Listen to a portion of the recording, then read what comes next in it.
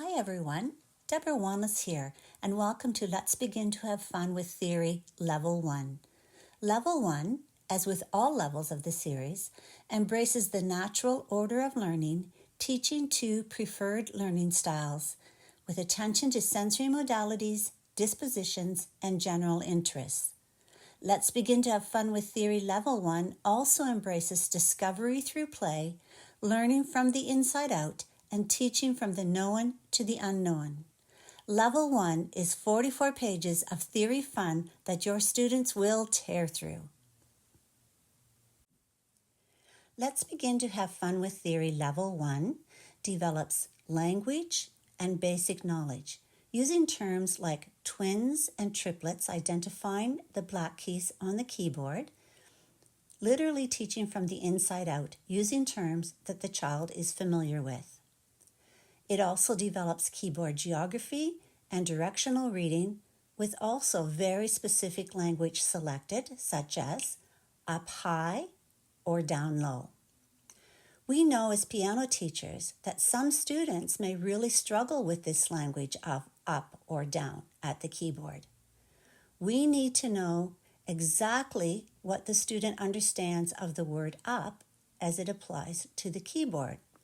And most of us know that when they're asked to point up, they point toward the ceiling or the sky. The visual of the perpendicular keyboard from page 5 of Level 1 is extremely helpful in this situation as an introduction to up or down. The added use of the arrows and even our little Mr. Mouse character helps solidify the concept.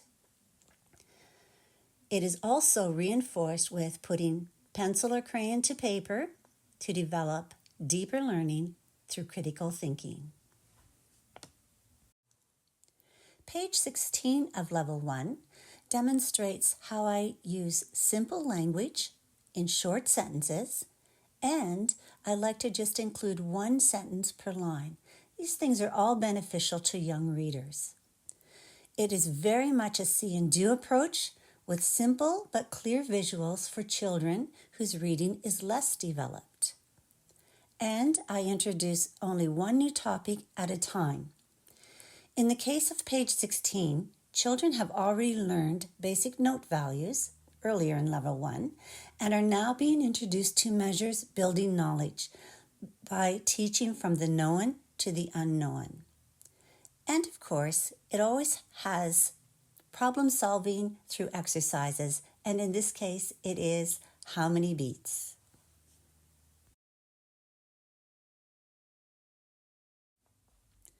The see and do approach of Fun with Theory is ideal for visual picture learners and especially important for audio, tactile, and kinesthetic sensory modalities.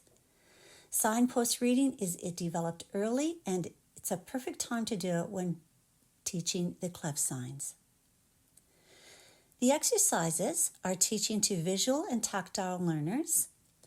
You might want to encourage your audio and kinesthetic learners to trace the signs or images before they copy them. If you haven't fully determined a student's sensory modality, you could have all of the students trace the images first and then copy. Note that the little check boxes really appeal to visual and tactile learners and producer dispositions. They all love to check off lists.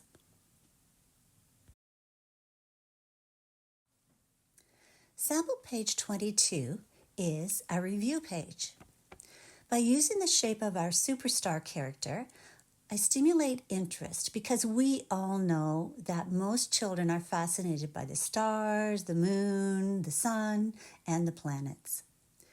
This is a problem-solving exercise developing strong processing skills. Remember to take the time to walk through the entire page at lessons and even start to complete some of the stars with all of your students. And don't forget, your audio and kinesthetic learners may develop better theory approaches by completing exercises with you at lessons. Name That Tune from page 33 of Fun with Theory Level 1 is about applied theory.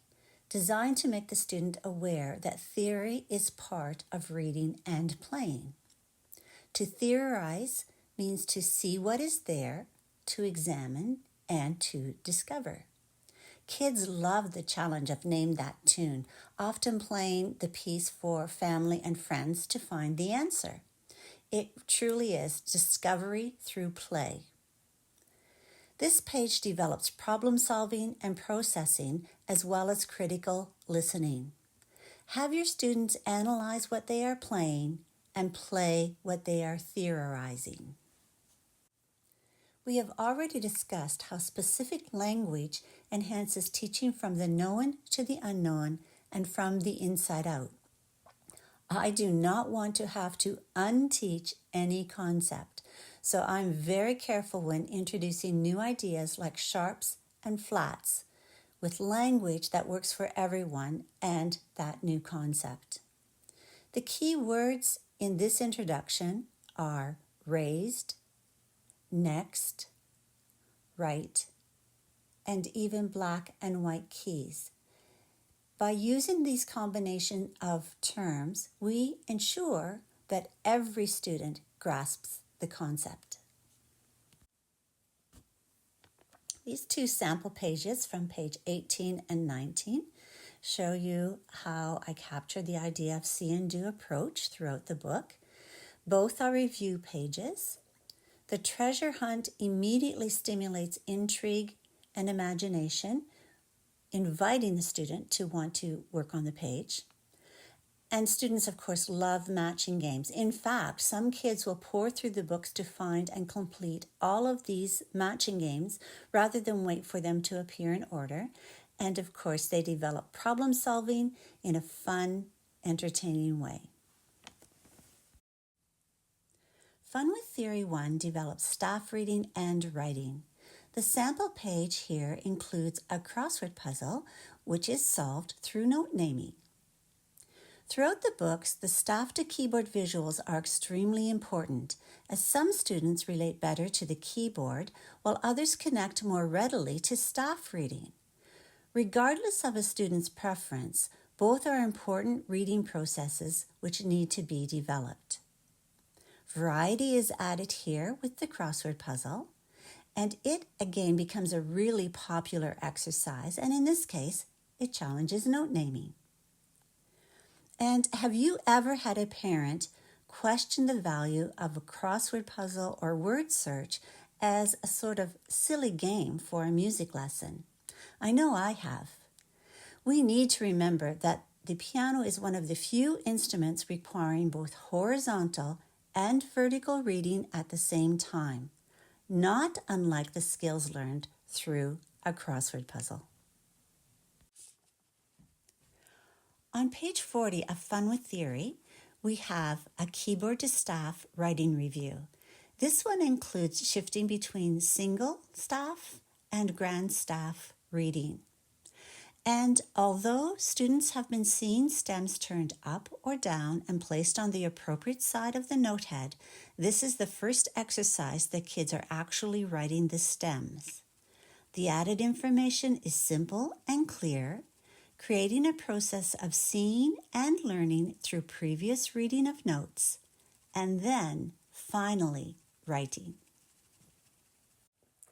Here is an example of my approach to rhythm through repetition and expansion. To this point, students have slowly been developing knowledge on notes and rests, measures, time signatures, bar lines, and counting. We truly do not know a student's level of counting comprehension until you hand that student the pencil and ask for the counting to be written in. Don't forget to have the student clap and count aloud. Use every page to the fullest. Even have your students play the melody and count aloud. The two sample pages here are demonstrating note naming in a couple of different ways. The first is simple note naming, but timing the student to encourage them to respond to reading more quickly. However, it's important to remember that this is just a personal challenge and should never be seen as threatening. However, it's something we're constantly striving to achieve. The second, taken from page 31, is an example of staff to keyboard comprehension. And be sure again to have your students play all of these exercises at the keyboard. To summarize, Fun with Theory 1 includes topics like a short history of the piano, keyboard direction, and keyboard layout. Grand staff, including clefs, note reading and writing, musical alphabet, as well as staff to keyboard and keyboard to staff relationships. Rhythm topics include whole, dotted half, half, and quarter note, note, and rest values, as well as paired eighth notes. Time signatures include 2/4, 3/4, and 4/4, as well as information about bar lines, measures, and counting. Other topics include ties, sharps and flats, and repeat dots. Let's Begin to Have Fun with Theory 1 is filled with fun activities like matching games, crossword puzzles, word searches, treasure hunts, fill in the blanks, name that tune, spelling bees, and more. And it is designed to allow you to teach to all sensory modalities. Take it to the keyboard and play, sing, count, clap, read, and improvise. Use every page to the fullest for deep learning.